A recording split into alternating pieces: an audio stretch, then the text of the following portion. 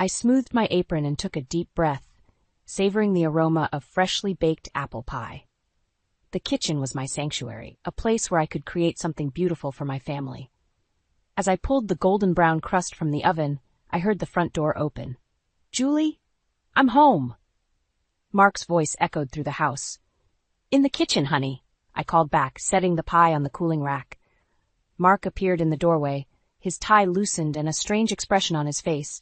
I felt a twinge of unease. "Everything okay?" I asked, wiping my hands on a dish towel.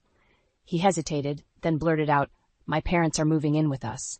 The words hit me like a bucket of ice water. "What? When did this happen?" "Dad called this morning. They're selling the house and, well, they need a place to stay." I gripped the counter, my mind reeling. "And you agreed without talking to me first?" Mark ran a hand through his hair. "I didn't have much choice, Julie. They're my parents." "They're also the people who've criticized every decision we've made since we got married," I reminded him, my voice rising. "Your mother can barely stand to be in the same room as me." "That's not true," Mark protested weakly. "When are they coming?" I demanded. He winced. "Next week." "Next week?" I exploded. "Mark, we have a 2-year-old. Where are we supposed to put them?" As if on cue, Lucy's cry pierced the air from upstairs. I closed my eyes, trying to steady myself. "We'll figure it out," Mark said, reaching for me. I stepped back, shaking my head. "No, you'll figure it out. This is your mess." I untied my apron and tossed it on the counter. "I need to check on Lucy." I brushed past him, my mind racing. How could he do this without consulting me? As I climbed the stairs, memories of past encounters with Claire, Mark's mother, flooded back. Her disapproving glances, her not-so-subtle jabs about my housekeeping and parenting skills. And now she'd be living under our roof? Lucy was standing in her crib, tears streaming down her chubby cheeks. I scooped her up, inhaling her sweet baby scent. "It's okay, sweetie," I murmured, more to myself than to her. "Mommy's here." I heard Mark's footsteps on the stairs and tensed. He appeared in the doorway, his face a mix of guilt and frustration. "Julie, can we talk about this?" I turned to face him, Lucy on my hip. "What's there to talk about? You've already made the decision." "They're family," he insisted. "We can't just leave them without a place to live." "And what about our family?" I shot back. "What about the life we've built here?" Mark sighed. "It's temporary, just until they find a new place." I laughed bitterly. "You really believe that, once your mother gets her claws in, she'll never leave?" "That's not fair," Mark protested. "No, what's not fair is you making this decision without me." I bounced Lucy gently, trying to calm her. "If they move in, you need to promise me something." "Anything," Mark said quickly. I met his gaze, my voice steel. "You stand up for me. When your mother starts in with her criticism and her judgments, you have my back. Can you do that?" Mark hesitated, and in that moment, I saw our future unraveling before my eyes. The happy life we'd built, the dreams we'd shared, all of it threatened by this one decision. "I'll try," he finally said. It wasn't the answer I wanted, and we both knew it. As I turned back to Lucy's crib, laying her down gently, I felt a resolve hardening within me. If Mark wouldn't protect our family, I would, no matter what it took. The week flew by in a blur of anxiety and resentment. I threw myself into preparing for Mark's parents' arrival, scrubbing every surface until it gleamed and rearranging furniture to make space. But no amount of cleaning could erase the dread that settled in my stomach like a lead weight. On moving day, I stood on the porch, watching as Robert's car pulled into the driveway. Mark squeezed my hand, but I couldn't bring myself to return the gesture. "Here we go," he murmured. Claire emerged from the passenger seat, her critical gaze sweeping over our modest home. I steeled myself as she approached, plastering on a smile that felt more like a grimace. "Julie, dear," she said, air-kissing my cheek. "I do hope you've made space in the kitchen. I've brought my own cookware." And there it was, the first jab. I bit back a retort, reminding myself to pick my battles. "Of course, Claire," I managed. "Whatever makes you comfortable." As we helped them unload, memories of past encounters with Claire flooded back. The time she'd reorganized my kitchen during a visit, claiming I didn't know how to properly stock a pantry. The snide comments about my career choices, implying I was neglecting my family by working part-time. Each recollection stoked the fire of resentment burning in my chest. That night, as Mark and I lay in bed, I turned to face him. Remember what you promised, I said quietly. He sighed. Julie, they've only been here a day. Give it time. Time for what? I hissed. For your mother to completely take over our lives. That's not fair, Mark protested. They're just trying to adjust. I sat up, frustration boiling over. And what about us? What about Lucy? When do we get to adjust to having our lives turned upside down? Mark reached for me, but I shrugged off his touch. I need you to have my back, I insisted. When your mother starts in with her criticism, and she will, I need you to stand up for me, for us. He hesitated, and in that pause, I felt the chasm between us widening. I'll try, he finally said, echoing his weak promise from a week ago. I lay back down, turning away from him. Trying isn't enough, Mark. Not anymore. The next morning, I woke to the sound of pots clanging in the kitchen. I found Claire at the stove, whisking eggs with a disapproving frown. Oh, Julie, she said, eyeing my pajamas. I didn't realize you were sleeping in. I thought I'd make a proper breakfast for once. I clenched my jaw, counting to 10 before responding. That's thoughtful of you, Claire, but I usually handle breakfast for Lucy. Well, you've been doing it wrong, she declared, brandishing her whisk.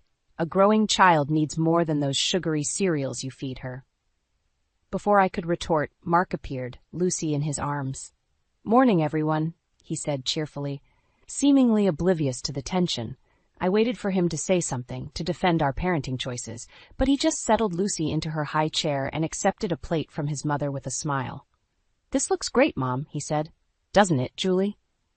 I stared at him, disbelief and betrayal coursing through me. This was exactly what I'd feared, what I'd warned him about, and he was already falling into old patterns, choosing the path of least resistance. I'm not hungry, I said flatly, turning on my heel. As I retreated to our bedroom, I heard Claire's voice floating up the stairs. My goodness, Mark, is she always this sensitive? I waited for Mark's response, for him to finally stand up to his mother, but only silence followed. In that moment, something inside me hardened. I'd given Mark a chance, more than one, to prove he could balance his loyalty to me with his relationship with his parents, and he'd failed. As I sank onto the bed, my mind raced with possibilities. If Mark wouldn't protect our family, our life together, then I would have to take matters into my own hands, no matter what it took. 2 weeks into our new living arrangement, I felt like I was drowning. Every corner of our home now bore Claire's touch, from the rearranged furniture to the constant aroma of her cooking. I'd retreated to the sanctuary of Lucy's room, desperate for a moment of peace, when I heard the front door open. Hello? Anyone home? A familiar voice called out, sending a chill down my spine. I rushed downstairs to find Linda, Mark's sister, standing in our living room, surrounded by suitcases. Linda? I stammered. What are you doing here? She flashed me a saccharine smile. Oh, didn't Mark tell you? I'm moving in too. The room spun. I gripped the banister, struggling to breathe. No, I managed. He didn't mention it. Well, surprise, Linda chirped, oblivious to my distress. Mom and Dad said there was plenty of room, and I just couldn't pass up the opportunity for some quality family time. As if summoned, Claire appeared from the kitchen, beaming at her daughter. Linda, darling, you're early. I watched in stunned silence as they embraced, chattering excitedly about Linda's new job in town and how wonderful it would be to all be together again. Julie, Claire said, finally acknowledging my presence. Be a dear and help Linda with her bags. We'll put her in the guest room.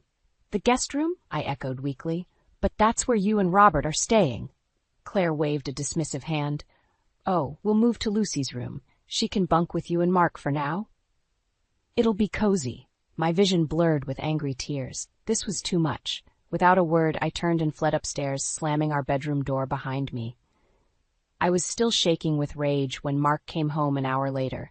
He found me furiously folding laundry, clothes flying into piles. Hey, he said cautiously. I saw Linda downstairs. I guess she arrived early. I whirled on him. You knew about this? He had the grace to look sheepish. I was going to tell you, but I didn't want to upset you more than you already have. I cut him off. Mark, this is our home, our life, and you're letting your entire family take it over without even consulting me. Julie, please, he pleaded. It's temporary. Linda just needs a place to stay while she gets settled in her new job. And Lucy, I demanded, Where is our daughter supposed to sleep now that your parents are taking over her room? Mark ran a hand through his hair, a gesture I once found endearing, but now only irritated me. We'll figure it out. Maybe we can set up a little bed in here for her. I stared at him, disbelief etched on my face. Do you even hear yourself? This isn't a solution, Mark. This is chaos. What do you want me to do? He snapped, his patience finally wearing thin. They're my family. And what are we? I shot back, gesturing between us. Aren't we your family too? Before he could respond, a knock at the door interrupted us. Linda poked her head in, her smile faltering as she sensed the tension. Sorry to interrupt, she said, not sounding sorry at all. But Mom wants to know if you're joining us for dinner, Julie. She's made her famous pot roast. I closed my eyes, counting to 10 before I trusted myself to speak. No, thank you. I'm not feeling well. As Linda retreated, I turned back to Mark. This can't go on, I said quietly. Something has to change. He reached for me, but I stepped back. Julie, please, give it time, we'll adjust. But as I looked into his eyes, I saw only uncertainty and weakness. In that moment, I realized that the man I married, the partner I thought I had, was slipping away. No, Mark, I said, my voice steady despite the turmoil inside. I don't think we will. As I brushed past him and out of the room, leaving him standing alone, I felt something shift inside me. The last threads of hope I'd been clinging to began to unravel, replaced by a cold determination. If Mark wouldn't fight for our family, then I would, and I'd do whatever it took to reclaim the life that was being stolen from us, piece by piece. The days blurred together in a haze of tension and barely contained resentment. I felt like a stranger in my own home, tiptoeing around Claire's constant criticism and Linda's snide remarks. Mark, true to form, remained frustratingly neutral, always quick to change the subject when conflicts arose. One afternoon, I was folding laundry in the living room when I overheard Claire and Linda in the kitchen. I don't know how Mark puts up with her, Linda's voice drifted through the door. Did you see how she snapped at him this morning? Well, dear, Claire replied, her tone dripping with false sympathy. Some women just aren't cut out for the demands of family life. It's a shame, really. Mark deserves better. My hands shook as I gripped the laundry basket. I waited for Mark to defend me, to say anything at all. But his voice never came. Unable to contain myself any longer, I stormed into the kitchen. If you have something to say about me, say it to my face, I snapped. Claire's eyes widened in faux innocence. Julie, dear, we were just concerned about you. You seem so stressed lately. Gee, I wonder why, I retorted, my voice dripping with sarcasm. Could it be because my home has been invaded by people who can't stop criticizing every move I make? Linda gasped dramatically. How dare you speak to Mom that way? Mark, are you going to let her talk to us like this? I whirled around to find Mark standing in the doorway, his face a mask of discomfort. Mark, I pleaded, please, say something. Stand up for me for once. He looked between me and his family, conflict evident in his eyes. I think everyone just needs to calm down, he said weakly. In that moment, something inside me snapped. Calm down? I echoed incredulously. That's all you have to say? Julie, please, Mark started, but I cut him off. No, Mark, I'm done. I'm done being the villain in this story. I'm done being the one who has to tiptoe around everyone's feelings while mine are completely disregarded. I turned to Claire and Linda, and I'm done pretending that this arrangement is working. It's not. It never was. Claire's face hardened. Well, if that's how you feel, perhaps it's best if you... If I what? I challenged. Leave? This is my home. I'm not going anywhere. Mom, Dad, Mark interjected, finally finding his voice. Maybe we should talk about finding you and Linda your own place.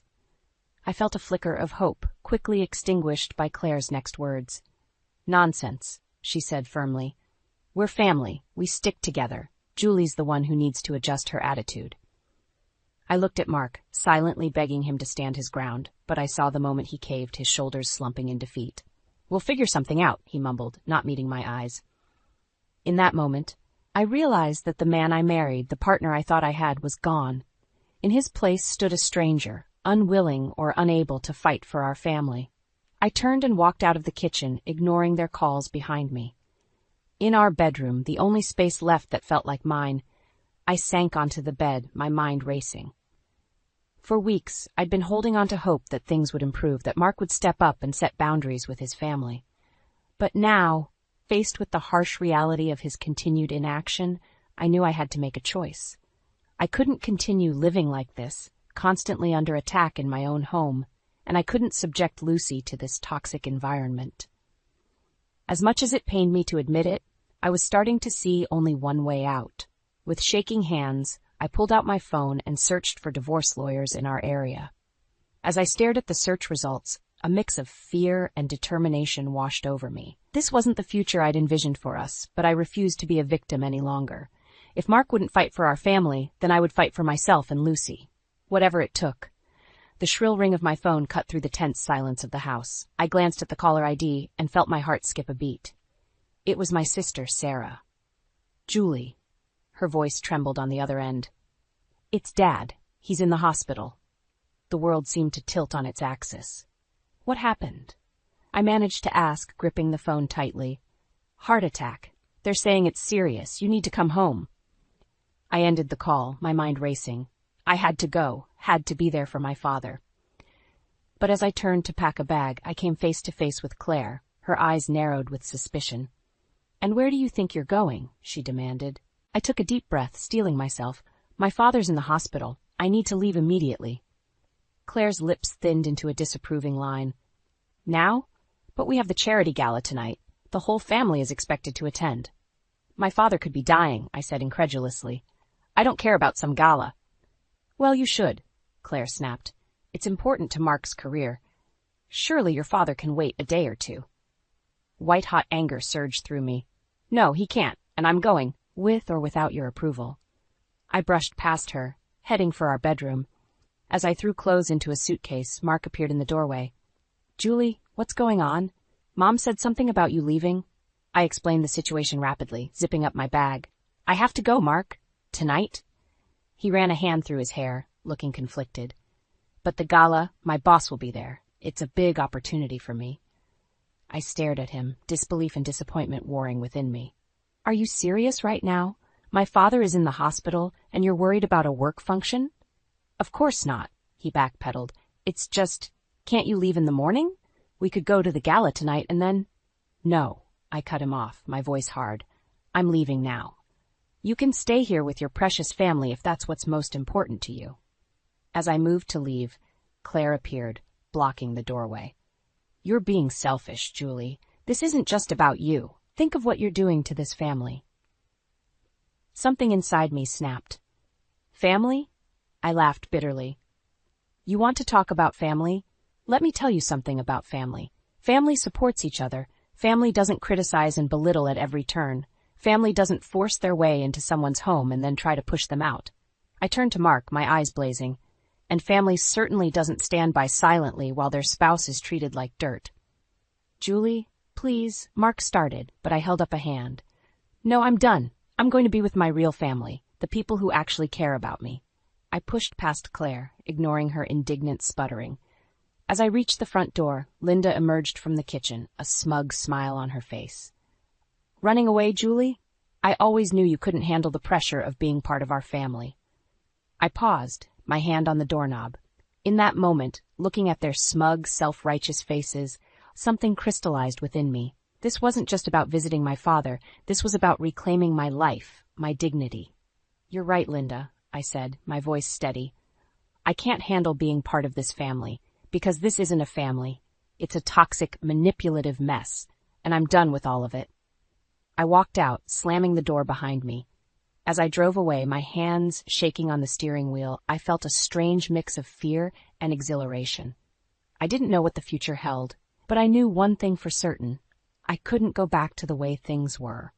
As the miles stretched between me and the house that had become my prison, a plan began to form in my mind. This wasn't just about escaping anymore. It was about taking back control, and if that meant playing their game, if that meant revenge, then so be it. They had no idea what was coming. I returned home after a week at my father's bedside, emotionally drained but resolute. The house was eerily quiet as I stepped inside, bracing myself for the inevitable confrontation. Instead, I found Linda in the living room, practically vibrating with excitement. "Julie, you're back just in time for the big news." Before I could respond, she thrust her left hand in my face, a gaudy diamond ring glittering on her finger. "I'm engaged." Can you believe it? For a moment, I stood there, stunned. Then, as if on cue, Claire swept into the room, beaming with pride. Isn't it wonderful, Julie? Our Linda finally settling down with such a nice young man. I forced a smile, my mind racing. Congratulations, Linda. That's quite a surprise. Oh, you haven't even met Steve yet, Linda gushed. He's just perfect. We're having an engagement party next week, and you simply must help us plan it. As Linda prattled on about flower arrangements and guest lists, I caught sight of Mark hovering in the doorway, his expression unreadable. Our eyes met, and I saw a flicker of something. Regret? Uncertainty? Before I could decipher it, he looked away. Over the next few days, the house was a flurry of activity as preparations for the engagement party took over. I found myself relegated to the sidelines, watching as Claire and Linda took charge, their excitement a stark contrast to the tension that still simmered beneath the surface. It was during one of these planning sessions that I overheard a conversation that made my blood run cold. I can't believe how well this is working out, Linda's voice drifted from the kitchen. Once Steve and I are married, we'll have even more reason to stay here. Julie won't be able to complain about us taking over then. Claire's smug reply made my stomach churn. Exactly, dear. And with you here to help, we can finally show Mark what a real family looks like. He'll forget all about Julie's little tantrums in no time. I stumbled back, my heart pounding. This wasn't just about Linda's engagement. This was a calculated move to push me out completely. As I retreated to my room, my mind whirled with a mix of anger and desperation. I couldn't let them win, couldn't let them destroy everything I'd built, but how could I fight back against a united front of Mark's family? The answer came in the form of a chance encounter. I was at the grocery store, mindlessly pushing my cart down the aisle, when I quite literally ran into a tall, handsome stranger. "I'm so sorry," I stammered, bending to pick up the items I'd knocked from his basket. "No harm done," he replied with a warm smile. "I'm Steve, by the way." I froze, realization dawning. This was Linda's fiancé, the man unwittingly being drawn into our family's toxic web. In that moment, a plan began to form in my mind. It was risky, perhaps even cruel, but I was out of options. If I couldn't make Mark see reason, maybe I could open Steve's eyes to the truth before it was too late. "It's nice to meet you, Steve," I said, extending my hand. "I'm Julie, Linda's sister-in-law." His eyes lit up with recognition.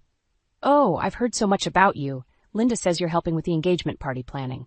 I nodded, a plan solidifying in my mind. "Actually, I was hoping to talk to you about that. There's something you should know before you commit to this family." Steve's brow furrowed with concern. "What do you mean?"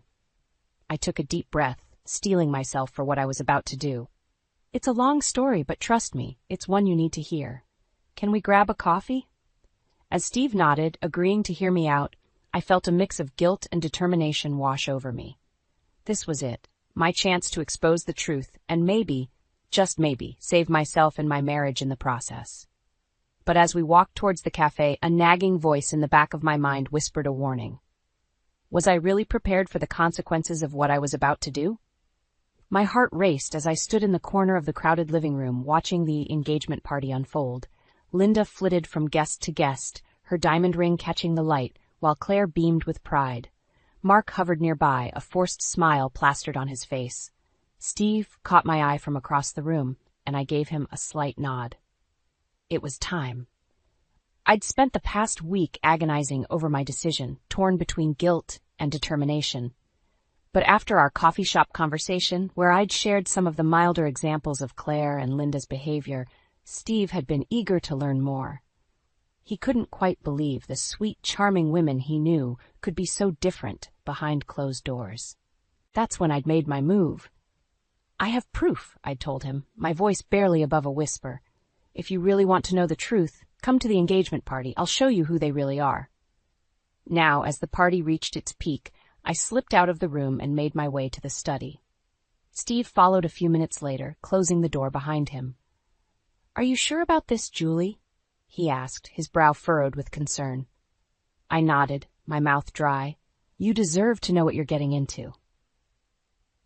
With shaking hands, I pulled out my phone and pressed play on the recording I'd captured just days earlier. Claire's voice filled the room, dripping with disdain. That Julie, she's never been good enough for Mark. Always so selfish, putting her own needs first, and now she's trying to turn Lucy against us. Linda's laughter joined in. Don't worry, Mom. Once Steve and I are married, we'll have even more reason to stay here. We'll show Mark what a real family looks like. Julie won't stand a chance. Steve's face paled as the recording continued, revealing more of Claire and Linda's true nature. Their constant criticism, their manipulative tactics, their plans to push me out of my own home. When it finally ended, Steve slumped into a chair, his head in his hands. I can't believe it, he murmured. They seemed so different.